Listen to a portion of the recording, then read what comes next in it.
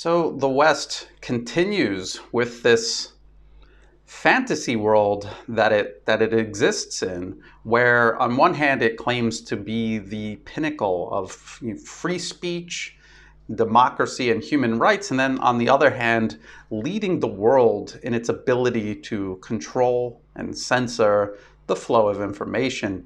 And the latest example of this unfolding comes from RT. This is actually an op-ed. It's titled "Facebook's New Expert on Online Disinformation, Ben Nimmo, was a fantasy fiction writer. Has he really given that up?"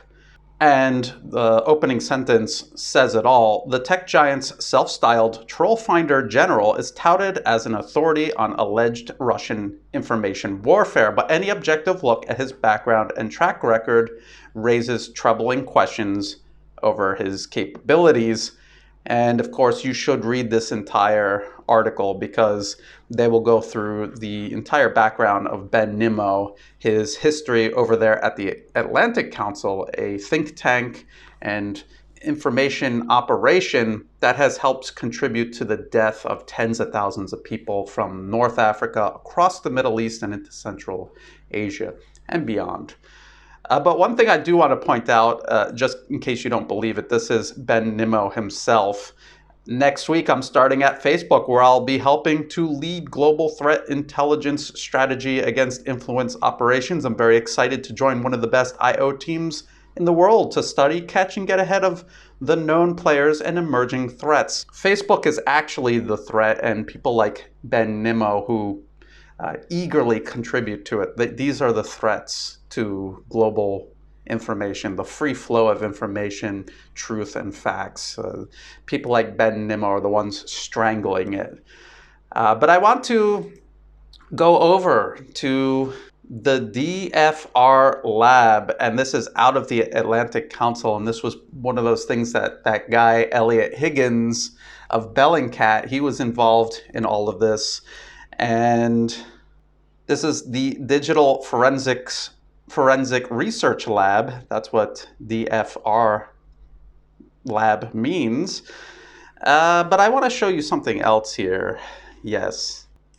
They're talking about the speed with which the false flag narrative shifted from Salisbury to Syria was exemplified by these posts from Ian56789, a pro-Kremlin account, which we consider likely to be an influence account run by a Russian troll farm, and which switched from one claim to the next within a few hours on April 8.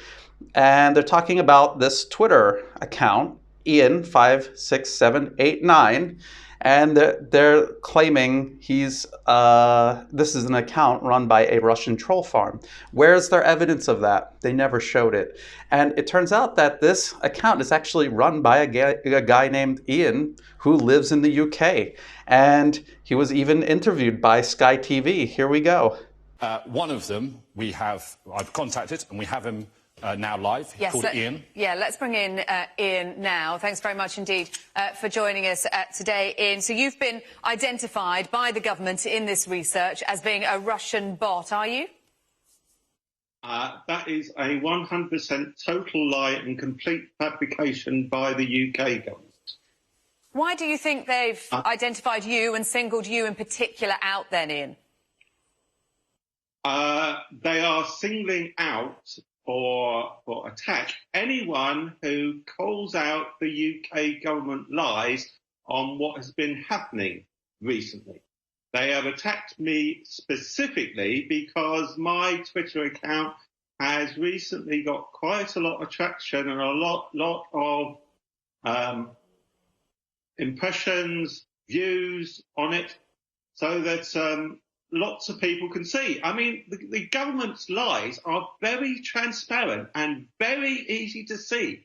And anybody who applies a smattering of critical thinking will immediately call out numerous lies, and the government position just completely collapses. Well, you had Major General Jonathan Swan on recently on Sky News, and he started off the conversation with what possible motive would Assad have to carry out a chemical weapons attack when it was guaranteed that that would bring the wrath of the whole world down on him and give the UK and US governments the pretext to bomb. He wouldn't do it. He is not the stupidest man in the world. He's survived 7 years of brutal war against terrorists. Well, if not who then? So there you go. There you have it. Ian is just a regular guy. He wanted to have a certain degree of, he wanted to conceal his identity to a certain degree. And why? Because if you speak out in the West, people will try to ruin your life. People like Ben Nimmo will come along and try to ruin your life. I was deleted off of Twitter and Facebook for the exact same reason. I was accused of being a Russian troll. I'm a real person. I just wanted to be anonymous because I didn't want the people in my life to have their lives ruined by these sort of witch hunts. And when you come out into the public, there's a lot of things that you have to accept, you have to give up. And a lot of people aren't willing to do that. The fact that people seek to be anonymous in the West because they fear the consequences of saying what they believe about political issues, they fear what the consequences might be, is the biggest evidence yet that when the West says that they are the leaders of free speech and human rights and democracy, that is a lie, that is a fantasy that the West exists in. So I just thought this was interesting. Ben Nimmo going over from the Atlantic Council, funded by arms manufacturers, oil companies, and banks, and hanging out at Facebook, where he's going to be working directly to censor people, silence people who disagree with the war machine that he literally worked for, still works for. This is what's going on. So, just like you had the revolving doors in big ag and the pharmaceutical industry, now in big tech and media and these corporate funded think tanks, now we've got this revolving door where they're going to go around and around and around. So we'll keep an eye on this. To my Patreon patrons who make these videos possible on a daily basis, thank you so much. I don't depend on arms manufacturers, bankers, and oil companies to fund my work. I depend on ordinary people just like me, and I really appreciate that generosity. To everybody else out there helping in every way, even if you're just liking and sharing my videos or subscribing to my channel, which helps the channel grow, I really appreciate that. This work is not possible without that support. And as always, thank you for watching.